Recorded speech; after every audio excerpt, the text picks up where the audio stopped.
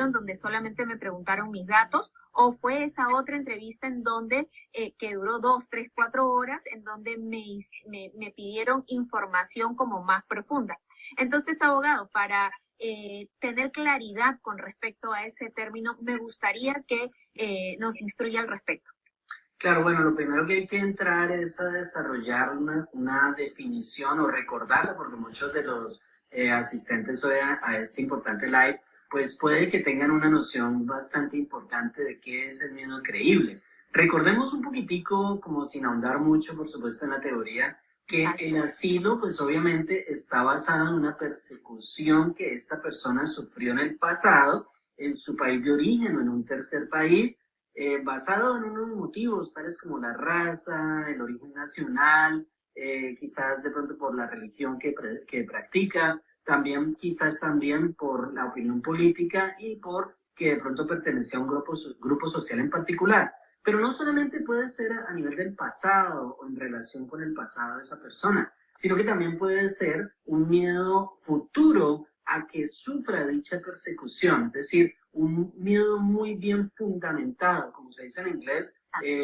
well-founded, es decir, como de esa persecución, o fear, ¿sí? En inglés dice fear, es el miedo que la persona tiene, ese miedo significativo, ese miedo que básicamente es una posibilidad de manera significativa que bien sea hacia el futuro pueda tener una vez más esa persecución en uno de esos 5 motivos que expresamos anteriormente, o en el pasado sufrió dicho miedo, dicha persecución y hubo un daño, ¿no? Entonces, ese miedo creíble es básicamente lo más importante, porque si la persona no ha sufrido miedo, pues entonces no va a haber un nexus o una digamos, como entrelace entre esa persecución y ese miedo que produjo la huida de esa persona, ¿no? Entonces, finalmente, si esta persona acude a una frontera, por ejemplo, México de Estados Unidos,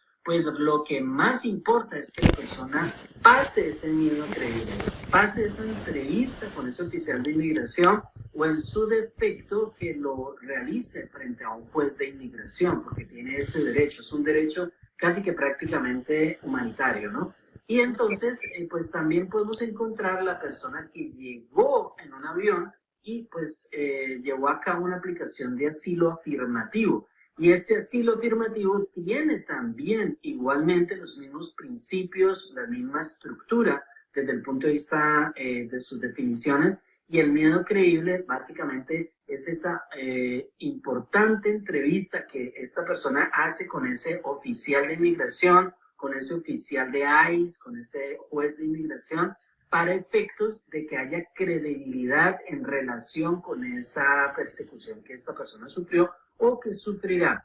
Importantes aspectos que me gustaría que me permita, Dora, expresar en relación con ese miedo creíble es que la persona debe estar muy bien organizada, muy bien entrenada desde el punto de vista no de fabricar, porque si la persona tiene, es decir, hechos que no son basados en la realidad, entonces esto va a conducir a un asilo frívolo y esto es penalizado por la ley. Todo esto tiene que ser basado en hechos reales, pero es muy importante que las personas que se están preparando para este tipo de entrevistas sean muy organizadas, que las personas escriban. Yo personalmente quiero escribir siempre, ¿no? A mi celular, en un papel, creo que usted más o menos también es así. Entonces, si nosotros tuvimos esos hechos, los hechos tenemos que plasmarlos, pero de manera cronológica y de manera también tal que ustedes describan muy bien los detalles. Eso es la clave del miedo creíble. Aspectos importantes a tener en cuenta: el tiempo, modo y lugar como se suscitaron los hechos.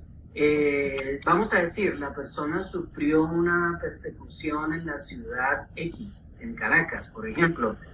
¿Cuándo se suscitó esa persecución? Cuando yo hacía parte de las marchas. ¿Y cómo se suscitaron? Porque yo era miembro activo o miembro activa de un grupo quizás que era opuesto al gobierno. Y aquí tengo básicamente la prueba, la evidencia que yo hacía parte de ese grupo, quizás hago parte de ese grupo político o algo así.